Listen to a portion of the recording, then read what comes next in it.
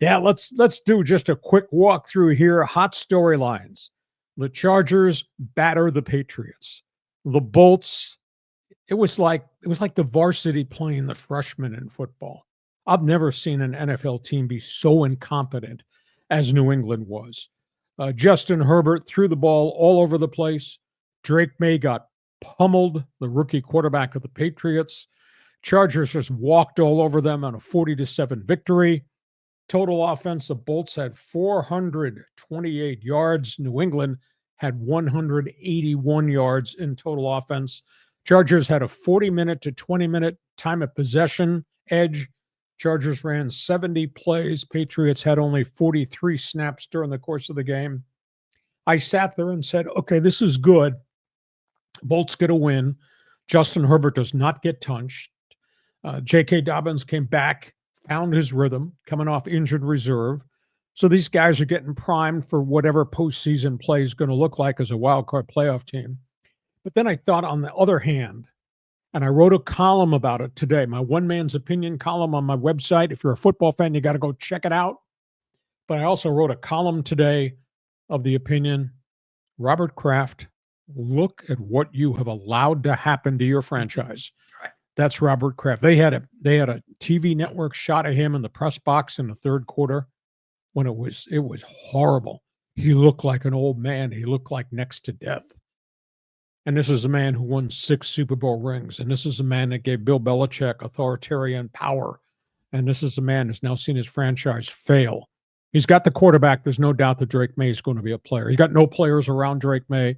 Going to get a high draft pick. May have made a terrible mistake on the decision to hand the head coaching job to Jared Mayo, who was a fine NFL linebacker under Belichick when Belichick was pushed out the door. But their record, John, their record is just godly.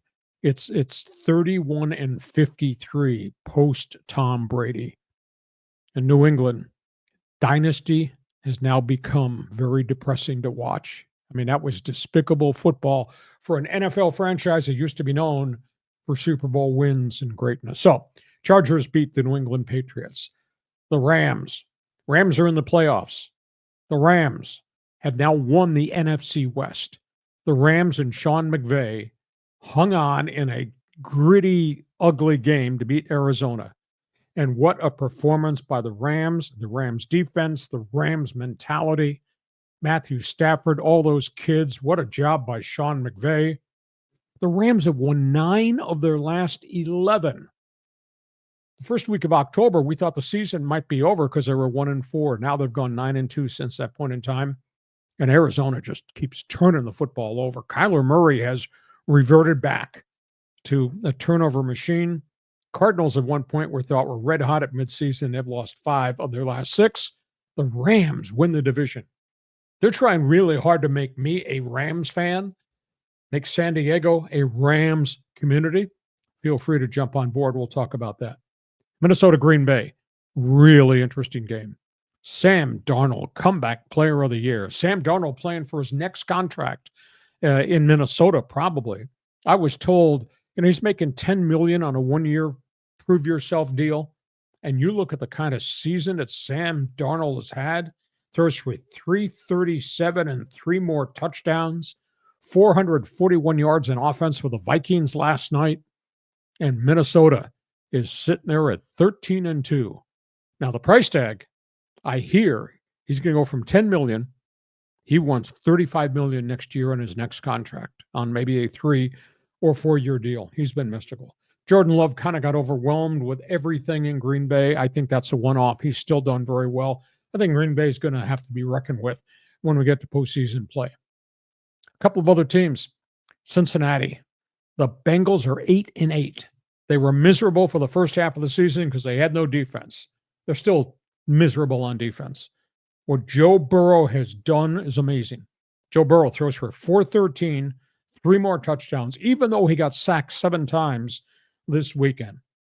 The Bengals, if they beat Pittsburgh in the final game of the season, they're going to be in the playoffs. And speaking of comeback guys, how about Baker Mayfield? Just absolutely amazing. 359 through the air and 5 touchdown passes. Baker Mayfield's got 39 TDs this season. Nice. That's a guy the Rams didn't keep, a guy Cleveland gave up on. He goes to Tampa Bay, and he's become a cult hero. My God, they're going crazy on the Sun Coast over Baker. I hate to be critical of the Raiders. They are playing hard for Antonio Pierce, but they've screwed this whole draft up. It looked like they were going to get either the first or second pick and a quarterback, and the Raiders go out and win back-to-back games. And they're sitting there now at 4-12 with one to play. And instead of drafting 1 or 2 and getting one of the top 2 quarterbacks, they're probably going to draft 10. By the way, they get the Chargers final game of the season. And speaking of good days versus bad days, well, the Bears are just pathetic. Caleb Williams took 7 more sacks this past week, and yet he's throwing for big yardage. But the Bears' clock management's ratty. Their offensive line's terrible. The defense didn't play well. They're going to need somebody to come in to straighten that thing out. And that somebody, I think, is Pete Carroll. Pete Carroll is going to apply for the Chicago Bears head coaching job he wants back in. So that's news and notes around the NFL. John, the floor is yours to talk Chargers, Rams, Sam Darnold, Joe Burrow, or anything else. Well, let's talk about anything else. I'm surprised the Sunday night game wasn't on your list. Was it Falcons and who did the Falcons play last night? They played the Commanders. That was a hell of a game. Jaden Daniels. Yeah.